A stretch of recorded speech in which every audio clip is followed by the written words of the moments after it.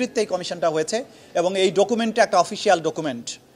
কাজের এই ডকুমেন্টটাকে আমরা অফিসিয়াল ডকুমেন্ট হিসাবে আমাদের এই আইনে অ্যাডমিসেবল হবে, এই তথ্য প্রমাণ হিসাবে এটা গ্রহণযোগ্য হবে। এর বাইরেও এই কমিশনের তদন্ত রিপোর্টের বাইরেও আমরা নিজস্ব তদন্ত সংস্থার মাধ্যমে এই বিষয়গুলোর ব্যাপারে আরও ফার্দার তদন্ত করব এবং অকাট্য রূপে আমরা আদালতের কাছে প্রমাণ করব যে গুম সংক্রান্ত যে অপরাধ, মানবতা বিরোধী অপরাধ, তার সাথে আমাদের এই ট্রাইব্যুনালের মামলার যারা জড়িত আসামি আছেন তাদের সম্পৃক্ততাগুলো অকাট্য রূপে প্রমাণ করার জন্য আমরা আরও নিজস্ব ব্যবস্থা গ্রহণ করব। তবে গুম কমিশনের যে প্রতিবেদন যেটুকু প্রকাশিত হয়েছে এবং যেটুকু প্রকাশিত হয়নি সেগুলো আমরা আমাদের পক্ষ থেকে আমাদের আইন অনুযায়ী এগুলো চাওয়ার বিধান আছে, আমরা তাদের কাছ থেকে এটা চাইব এবং চাওয়ার মাধ্যমে যেহেতু একটা অফিসিয়াল ডকুমেন্ট এই আদালতে ব্যবহার্য, সাক্ষ্য হিসাবে গ্রহণযোগ্য এবং সেই গ্রহণযোগ্য সাক্ষ্যকে আমরা আমাদের মামলার মধ্যে অন্তর্ভুক্ত করব। এই মামলার যে তদন্ত প্রক্রিয়া এটা দুনিয়ার ইতিহাসের অন্য যে কোনো মামলার চেয়ে ব্যতিক্রম। কতদিন সময় লাগবে সুনির্দিষ্ট করে বলা অসম্ভব ব্যাপার। আপনারা জানেন যে এটার গ্র্যাভিটি, এটার মাত্রা এত বেশি, কতদিনের মধ্যে শেষ হবে এটা সুনির্দিষ্ট করে এখনও বলার সময় আসেনি। আমরা চেষ্টা করব দ্রুততম সময়ের মধ্যে বিচারগুলোকে শেষ করা অথবা বিচার প্রক্রিয়ার জন্য মামলাকে প্রস্তুত করা।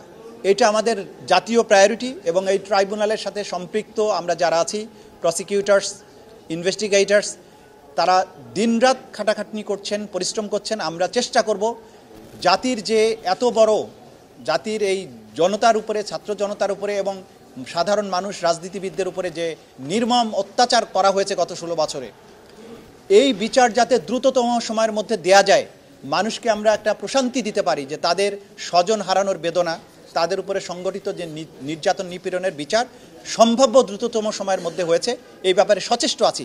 কিন্তু এটাও পাশাপাশি মনে রাখতে হবে যে যেহেতু ক্রাইমস অ্যাগেনস্ট হিউম্যানিটি এবং এটার বিস্তৃতি সারা বাংলাদেশ জুড়ে, এটার সাথে হাজার হাজার মানুষ জড়িত, এই তদন্ত শেষ হতে একটা যুক্তিসঙ্গত সময় লাগবে।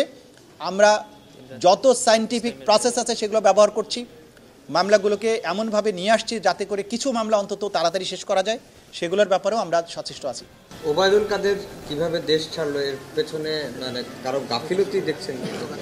দৃশ্যত আপনাদের মিডিয়াতে প্রকাশিত রিপোর্ট অনুযায়ী দেখা যাচ্ছে যে উনি দীর্ঘদিন গ্রেপ্তারি পরোয়ানা জারি হওয়ার পরেও দেশে ছিলেন, কিন্তু তাকে গ্রেপ্তার করা যায়নি।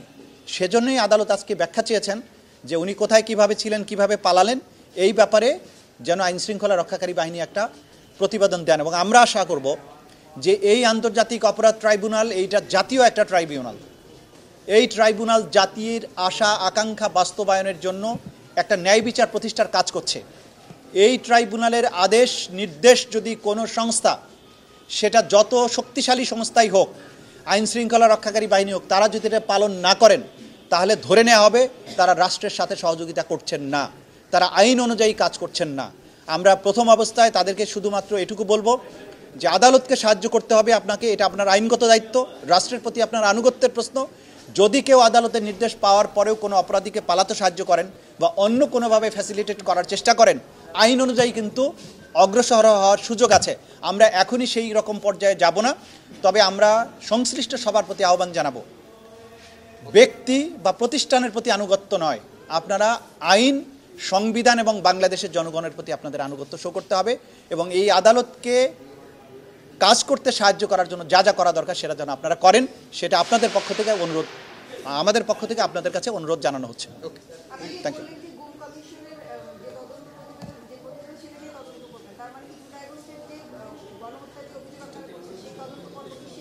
না না না, সেটাও চলমান আছে, পাশাপাশি গুমের ব্যাপারেও চলমান ছিল আমাদের, কিন্তু গুমের ব্যাপারে যেহেতু একটা কমিশনের একটা পূর্ণাঙ্গ একটা বড় ধরনের তদন্ত আমরা পেয়েছি, এটা আমাদের জন্য হেল্প করবে আর কি, হেল্পফুল হয়েছে।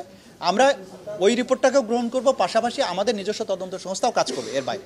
আর কাবিল বাংলাদেশের একমাত্র ইউএল এবং ভিডি সার্টিফাইড কেবল, যা A গ্রেড LME